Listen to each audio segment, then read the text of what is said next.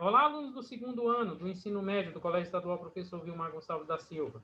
Tudo bem com vocês? Tranquilos? Professor Alessandro, professor da disciplina de Geografia, tá ok? Vamos dar continuidade aí aos nossos estudos, né, da área de urbanização, tá ok? Hoje a gente vai falar de dois problemas muito sérios que afetam esse processo de urbanização, que é a macrocefalia urbana e a segregação urbana, tá ok? Bom, a gente viu, né, que o processo de urbanização de diversas cidades, principalmente em países considerados subdesenvolvidos, como é o caso do Brasil, ocorreu de maneira acelerada e de forma desordenada, né, causando aí diversos problemas urbanos de ordem social, econômica e mesmo ambiental, né, em razão de um fator fundamental, a falta de planejamento urbano, né? Então esse é um dos grandes e maiores desafios, né, dos nossos centros aqui, não só do Brasil, mas da América Latina como um todo, né? Esse problema aí do crescimento desordenado e da falta de planejamento, né?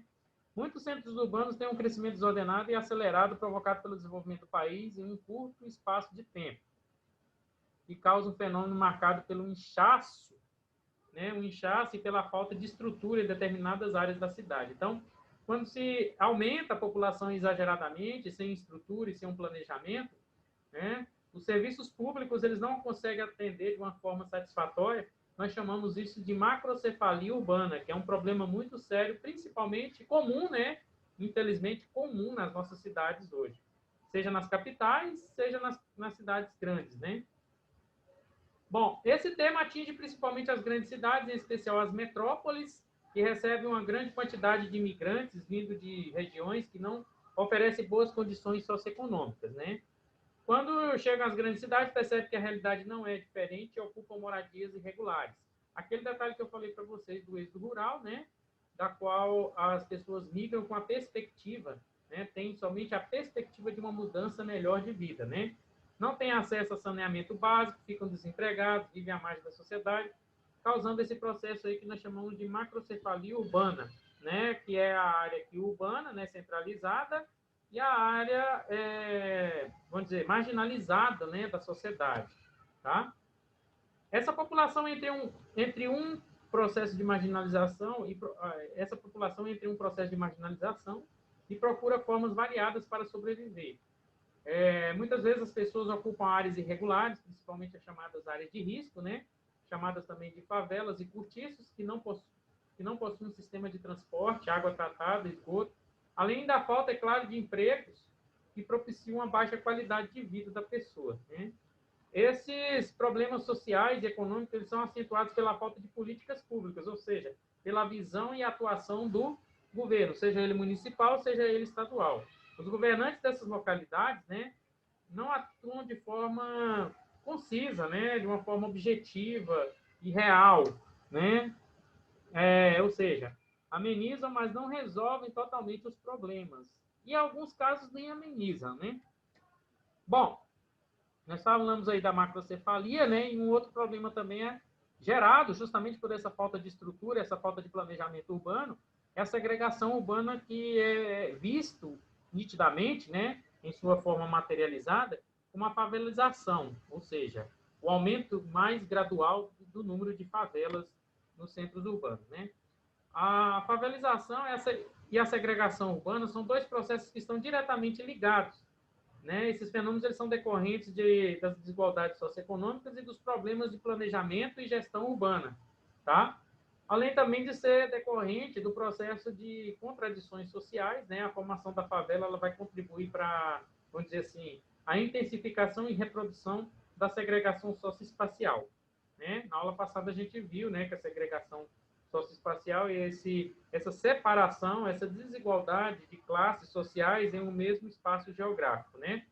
Bom, as favelas elas são normalmente entendidas como habitações humanas em áreas de morro, né? Mas na verdade a favela ela designa a área de ocupação de terrenos invadidos, geralmente pertencentes ao poder público. Né? Muitas vezes são lotes ou áreas irregulares, né? Que não tem assim vamos dizer assim, uma regularidade, né? E muito menos por não ter essa regularidade vai faltar benefícios como energia, água tratada, esgoto, né? Saneamento básico de uma forma geral, né? De um modo geral, a ausência de infraestrutura, altos índices também de violência, marginalização dos seus moradores, né? Então, existe todo esse processo aí. Já começa errado, né? Pelo processo de uma área que não pertence àquele cidadão e aquele cidadão invade, constrói sua residência devido às suas condições socioeconômicas e passa a morar naquele ambiente, tá ok? O processo de favelização ele é decorrente, sobretudo, do processo de inchamento urbano ou macrocefalia urbana. Por isso que uma coisa está diretamente ligada, né, à outra. Por exemplo, a macrocefalia ligada à segregação urbana ligada à favelização. Tudo estão interligados, né? Então, entende por esse conceito, como nós falamos anteriormente, né, que é o crescimento desordenado da cidade, sem o controle do Estado, né, sem a participação efetiva do Estado, e que contribui para as formas precárias de condições de vida, né, devido justamente a essa incapacidade do Estado de oferecer condições estruturais para atendimento mínimo, né, a boa parte dessa população.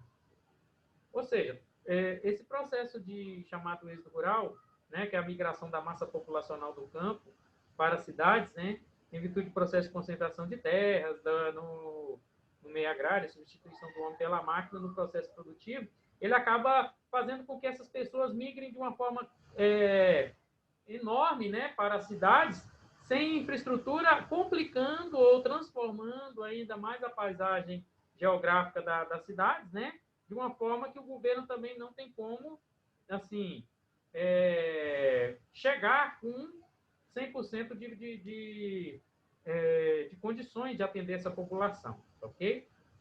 A gente sabe também que existe a falta de vontade política, né, nesse país, né, para que as políticas públicas consigam andar, né? Assim, muitas pessoas migram do campo para a cidade em busca de empregos e melhores condições de vida, né? Essa perspectiva principal, né? Mas como essas pessoas geralmente não possuem mão de obra qualificada, tudo que encontram são baixos salários, filas de desempregados, né? Empregos subalternos ou mesmo a informalidade do emprego, né? Trabalhar sem nenhuma segurança, nenhuma garantia, né, governamental.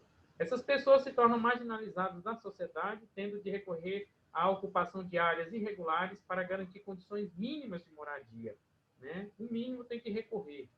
Tal dinâmica contribui, portanto, para o processo de segregação urbana e favelização, originando áreas que só ocupam destaques em páginas jornalísticas e policiais, que são tratadas pelos gestores como zonas de violência e não como áreas para a realização de investimentos, infraestrutura, remanejamento habitacional e apoio principal do poder público, né? Seja ele na esfera municipal, estadual ou mesmo federal, ok? Pessoal, obrigado pela atenção, pela participação de todos, né? Quero agradecer mais uma vez a todos aí que esteve comigo aqui nessa aula, tá? Vamos aí ficar conectados, não só na aula, mas contra o Covid-19, né? Essa nossa campanha aí, né? De não estarmos presencialmente, mas estarmos praticando isolamento para que essa curva ela caia mais, né? Curva desse platô da doença e que chegue logo também a vacina, né? Torcer para orar, rezar muito aí para que a vacina chegue, né? Para que a gente possa sair dessa situação complicada, né? De antissocialização, né? A aula está disponível também para vocês aí, essa e as demais no meu canal do YouTube, tá? No Geo Cerrado. A hora que vocês quiserem lá, ela estará lá disponibilizada para vocês, ok? Forte abraço e até a próxima.